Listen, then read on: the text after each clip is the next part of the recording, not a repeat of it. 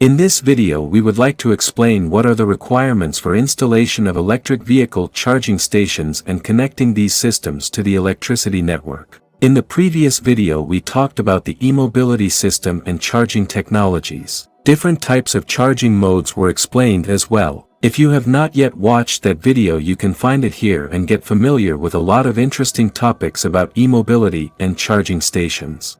Now let's move on towards our discussion. If you have an AC charging station or a so-called AC wallbox charger and would like to install it in your parking lot as Mode 3, which is an AC electric vehicle charging equipment permanently connected to an AC supply network, you first need to know what the requirements are. There is a specific international standard called IEC 60364-7-722 which explains all the safety measures and electrical protection devices used in circuits intended to supply energy to electric vehicles. We will summarize the most important parts of this standard but recommend reading it fully and contacting a qualified technician before installing your charging station. If you decide to install your wallbox, you must switch off the power supply from the main circuit breaker to avoid any electrical shock during the installation process. Always take in mind that installation of charging stations in areas that are used for emergency exit or escape routes is forbidden. It is necessary that the charger is installed on the walls that are fixed and not made from flammable material. Now let's have a look at the devices needed for connecting the wallbox to the AC supply network.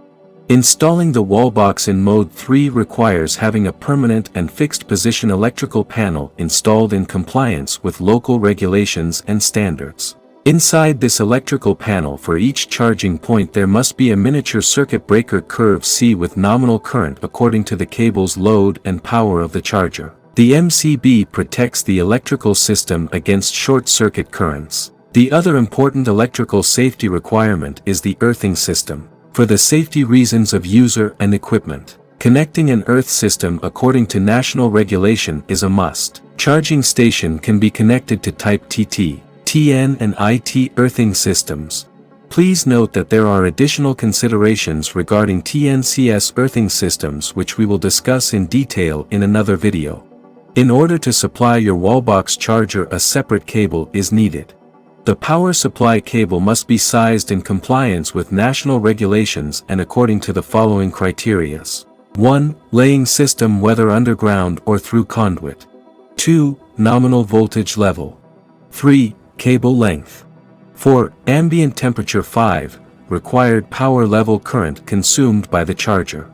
The other important electrical protection device is RCD or residual current device. For each charging point an independent RCD must be installed in the electrical panel in compliance with national standards. According to IEC 60364, RCDs protecting each connecting point shall comply at least with the requirements of an RCD Type A and shall have a rated residual operating current not exceeding 30 mA. It also states that where the electric vehicle charging station is equipped with a socket outlet or vehicle connector, protective measures against DC fault current shall be taken. Except where provided by the charging station itself, the appropriate measures for each connection point shall be as follows.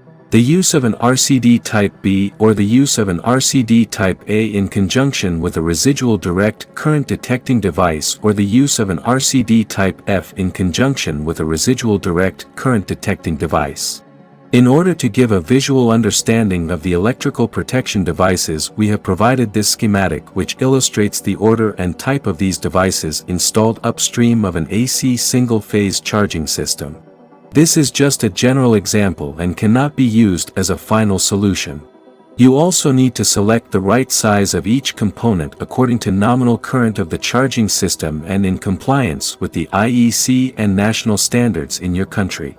Here we have made a general sizing and selection of all devices based on different levels of nominal power or current consumption for a single-phase AC charging system operating at 230 volt.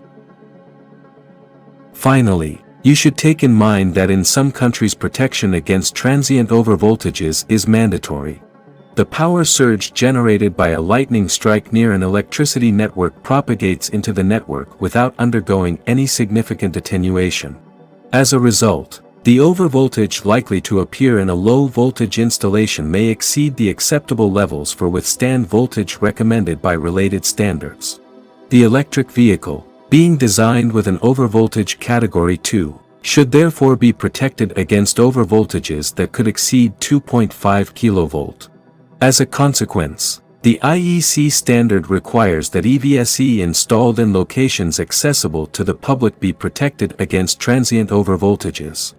This is ensured by the use of a Type 1 or Type 2 surge protective device SPD, installed in the switchboard supplying the electric vehicle or directly inside the EVSE, with a protection level equal level up less than or equal to 2.5 kV. We hope that this video has been useful for you. Please subscribe to Voltamin for further videos.